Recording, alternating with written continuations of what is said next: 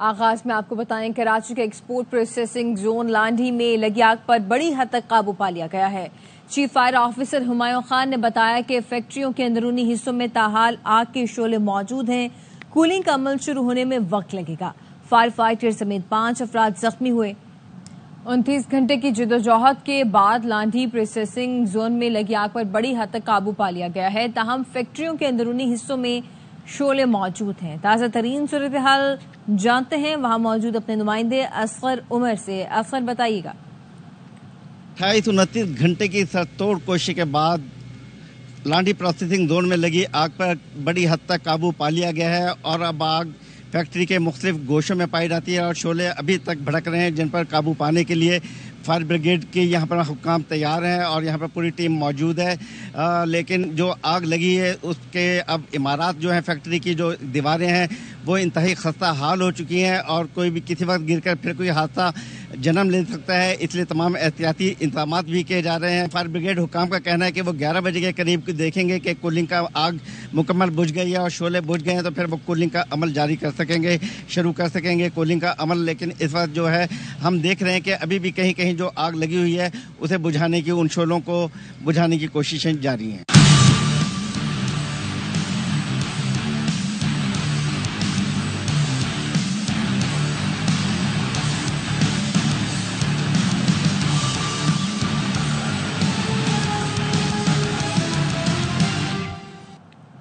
معاشی ترقی کا ہدف حاصل نہ ہو سکا، معاشی شرح نمو 2.68% رہے۔ قومی اقتصادی سروے آج جاری کیا جائے گا۔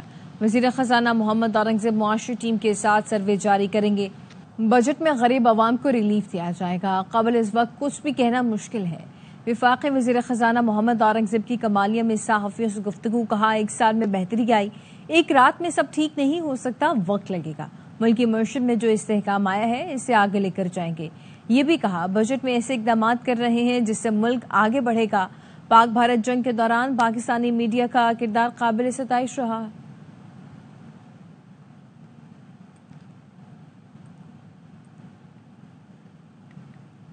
وفاقی بجٹ منگل کو قومی اسمبلی میں پیش ہوگا۔ اسپیکر ایاز صادق نے بجٹ کے لیے اسمبلی اجلاس کے شیڈول کی منظوری دے دی۔ 13 جون کو بجٹ پر بحث کا آغاز ہوگا۔ پارلیمانی جماعتوں کو قواعد و ضوابط کے مطابق وقت دیا جائے گا۔ بجٹ پر بحث 21 جون کو شروع ہوگی۔ 24 اور 25 جون کو ڈیمانڈز گرانٹس کٹوتی کی تحریک پر بحث اور ووٹنگ ہوگی۔ 26 جون کو اسمبلی سے فائنانس بل کی منظوری ہوگی۔ 27 جون کو سپلیمنٹری گرانٹس اور دیگر امور پر بحث اور ووٹنگ ہوگی۔ اسمبلی سیشن میں کسی قسم کی تبدیلی اسپیکر کی اجازت سے ممکن نہیں۔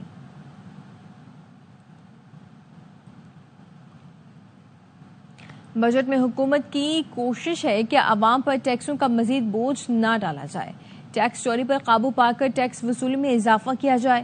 وزیر منصوبہ بندی احسن اقبال کہتے ہیں بھارت سمجھتا ہے پاکستان کا پانی روک کر ہماری معیشت تباہ کر سکتا ہے، یہ بھارت کی بھول ہے۔ بھارت کو پانی روکنے دیں گے نہ پانی سے کھیل کھیلنے دیں گے۔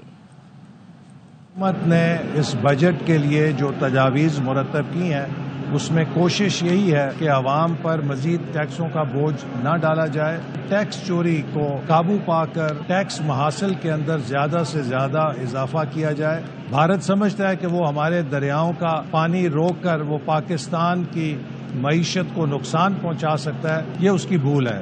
نہ ہم پاکستان کے حصے کا پانی اسے روکنے دیں گے اور نہ ہی ہم اسے پانی سے کھیل کھیلنے دیں گے۔ یہ ضروری ہے کہ ہم ترجیحی بنیادوں پر دیامیر بھاشا ڈیم کی تعمیر مکمل کریں۔ خیبر پختونخوا کا بجٹ ٹیکس فری ہوگا۔ وزیر اعلیٰ علی امین گنڈاپور کہتے ہیں عوام کو ریلیف دیں گے، روزگار دیں گے، قرضے دیں گے۔ ہمارا صوبہ اپنے پاؤں پر کھڑا ہو گیا، وفاق ہم سے امداد مانگ رہا ہے، ہم اس وقت امداد دینے کی حیثیت بھی رکھتے ہیں۔ ہمارا جو بجٹ ہے وہ انشاءاللہ ٹیکس فری بجٹ ہوگا۔ ہم اپنی صوبے کی عوام کو ریلیف بھی دیں گے، روزگار کے کافی مواقع دیں گے۔ جو پہلے ہمارے پروجیکٹ چل رہے ہیں جس میں ہم لوگوں کو بلا سود قرضہ دے کے اپنے پاؤں پہ کھڑا کریں، ان پہ انشاءاللہ یہ کام ہوگا۔ ہمارا صوبہ جو ہے وہ اتنا پاؤں پہ کھڑا ہو گیا ہے کہ وفاقی حکومت ہم سے امداد مانگ رہی ہے اور انشاءاللہ ہم امداد دینے کی حیثیت بھی رکھتے ہیں۔ وزیر اعظم اور ترک صدر رجب طیب ایردوان کا ٹیلی فونک رابطہ۔ وزیر اعظم شہباز شریف نے صدر ایردوان کو عید الاضحیٰ کی مبارکباد دی، ترکی کے عوام کے لیے نیک تمناؤں کا اظہار کیا۔ وزیر اعظم نے اپنے حالیہ دورہ استنبول اور لاچین کے دوران ملاقاتوں کا بھی ذکر کیا۔ وزیر اعظم کا پاک بھارت کشیدگی میں غیر متزلزل حمایت پر ترک صدر سے اظہار تشکر. کہا غیر متزلزل حمایت پاک ترکی بھائی چارے کی تاریخ میں شاندار باب کا اضافہ ہے. غزہ صورتحال علاقائی اور عالمی پیش رفت پر بھی تبادلہ خیال کیا گیا. صدر ایردوان نے خواہشات کا اظہار کرتے ہوئے شہباز شریف کا شکریہ ادا کیا. شہباز شریف نے عمان کے سلطان ہیثم بن طارق کو بھی ٹیلی فون پر عید کی مبارکباد دی. پاک بھارت کشیدگی کے دوران عمان کے موقف پر شکریہ ادا کیا. عمان کے سلطان کو دورہ پاکستان کی دعوت دی. وزیر اعظم اور قازقستان کے صدر کے درمیان بھی ٹیلی فونک رابطہ ہوا. شہباز شریف نے صدر اور عوام کو عید الاضحیٰ کی مبارکباد پیش کی. خطے کی صورتحال پر بات کی اور کہا کہ صدر قازقستان کے دورہ پاکستان کا منتظر ہے. صدر قازقستان نے وزیر اعظم کا شکریہ ادا کیا اور کہا رواں سال کے آخر میں پاکستان کا دورہ کریں گے.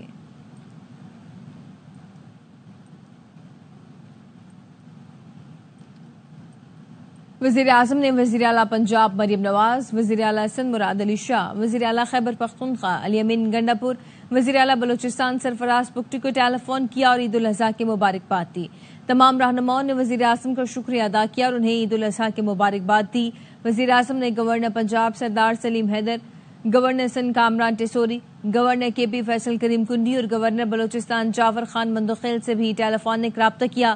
وزیر اعظم نے گورنرز کو عید الاضحیٰ کی مبارکباد دی اور نئے خواہشات کا اظہار کیا. وزیر اعظم نے اسپیکر قومی اسمبلی سردار ایاز صادق اور وفاقی وزراء کو بھی فون پر عید کی مبارکباد دی. مولانا فضل الرحمان، حافظ نعیم الرحمان، شاہ اویس نورانی اور آفتاب احمد شیرپاؤ کو بھی فون پر عید کی مبارکباد دی.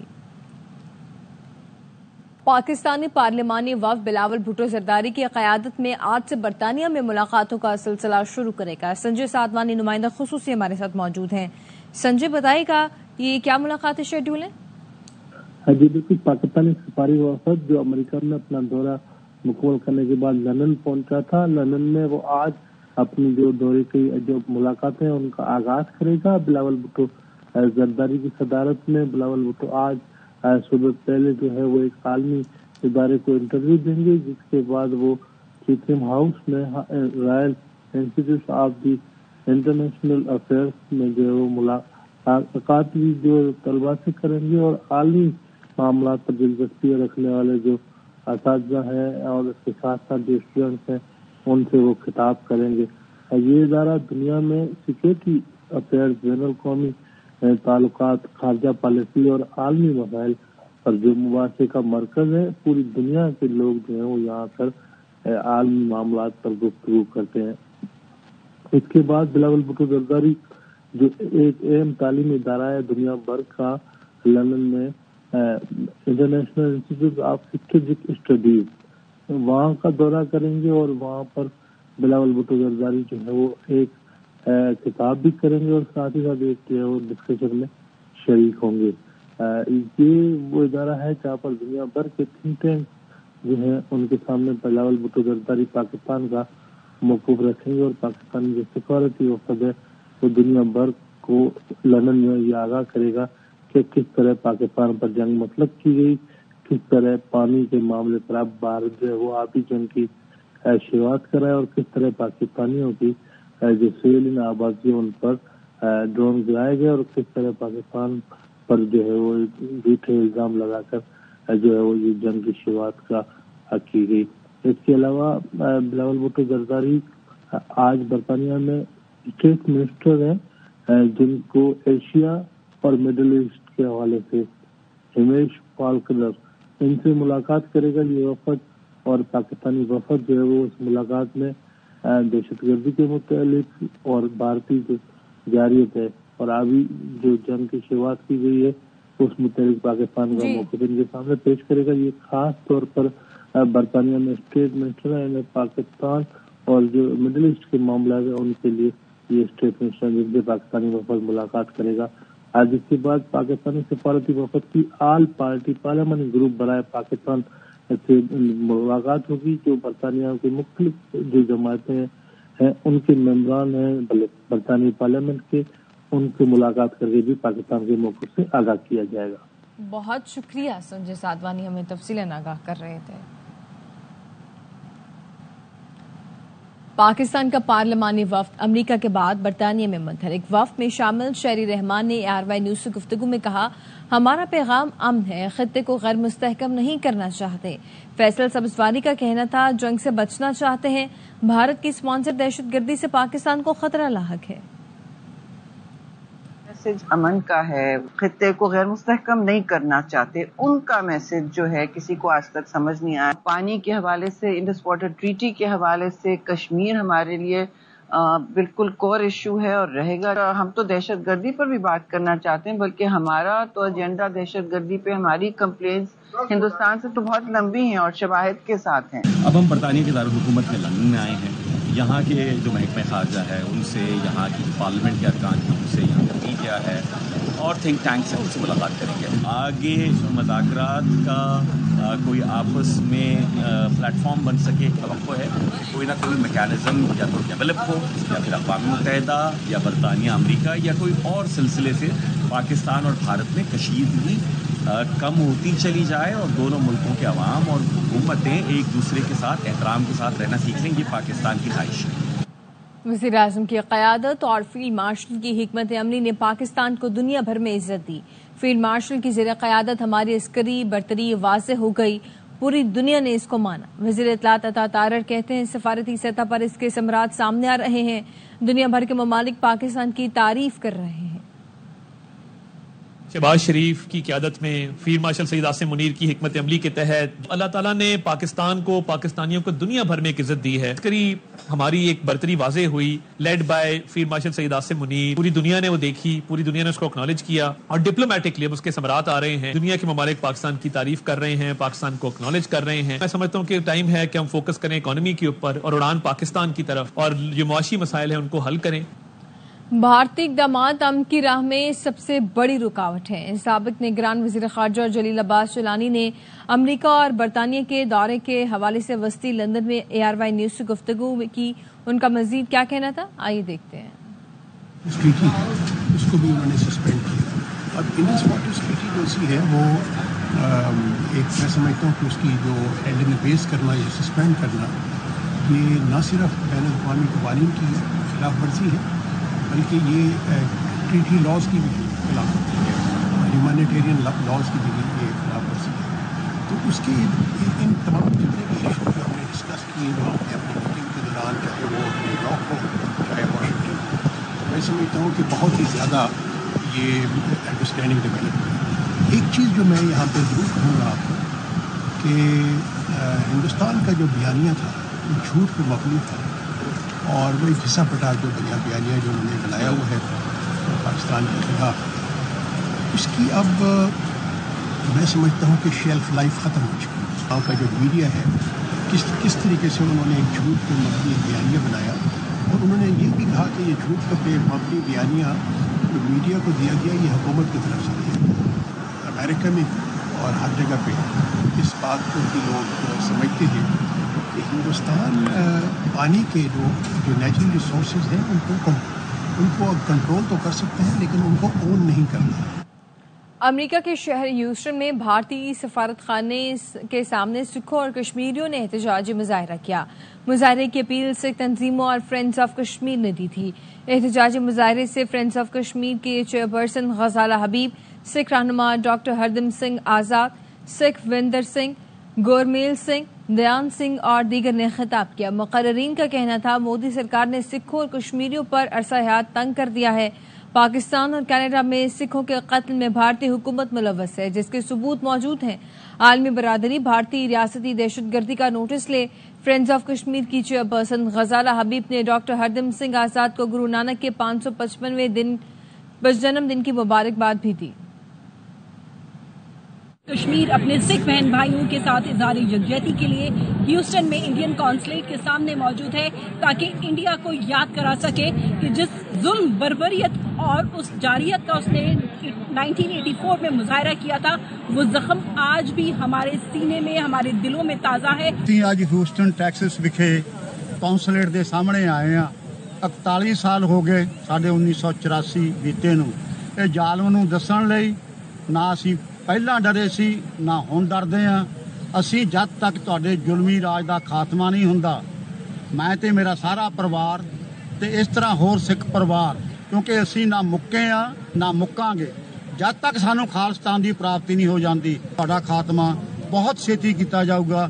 ਕਸ਼ਮੀਰ ਆਜ਼ਾਦ ਹੋਊਗਾ, ਪੰਜਾਬ ਆਜ਼ਾਦ ਹੋਊਗਾ, ਖਾਲਿਸਤਾਨ ਬਣੂਗਾ। We think that justice for one minority community will be available only through justice for all minority communities, and Kashmir and Punjab are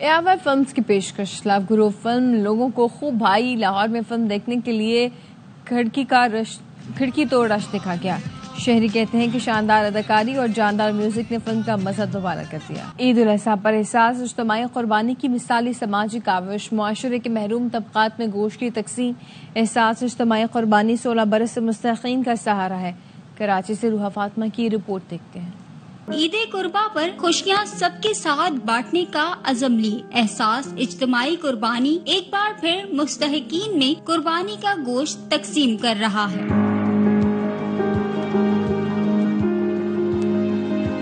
احساس اجتماعی قربانی کا مقصد صرف گوشت کا عطیہ کرنا نہیں بلکہ مل کر عید کی خوشیوں کو منانے کا ہے. احساس انتظامیہ کہتی ہے ہمارا مقصد ہے کوئی بھی شخص عید کی خوشیوں سے محروم نہ رہے. یہ سلسلہ گزشتہ 16 سالوں سے جاری ہے. خاص طور پہ جو ہمارے اوورسیز میں مسلمان بہن بھائی ان کے لیے اہتمام کیا جاتا ہے احساس ٹرسٹ کی جانب سے. اس کے دیکھیں 2 فائدے ہوتے ہیں. ایک تو ان کی قربانی بھی ادا ہو جاتی ہے اور خاص طور پہ جو یہاں پہ مستحقین لوگ ہیں ان تک گوشت کا بھی انتظام ہو جاتا ہے. اجتماعی قربانی سے مستحقین میں گوشت تقسیم کرنا معاشرتی ہم آہنگی اور باہمی محبت کی ایک خوبصورت مثال ہے. سنت ابراہیمی کو ادا کرنے کا مقصد ہی خوشیوں کو بانٹنا ہے. احساس اجتماعی قربانی نے ہزاروں مستحقین میں مسکراہٹیں بکھیر دی ہیں. کیمرامین شاہد ویرانی کے ساتھ روحا فاطمہ ARY نیوز کراچی. پرتگال نے اسپین کو ہرا کر دوسری بار یویفا نیشنز کپ جیت لیا. پرتگال نے پینالٹی ککس پر اسپین کو 5-3 سے شکست دی. میچ مقررہ اور اضافی وقت میں 2-2 گول سے برابر رہا تھا. فرانس نے جرمنی کو 2-0 سے ہرا کر تیسری پوزیشن حاصل کر لی. نیوز اسٹوڈیو سے فل وقت اتنا ہی.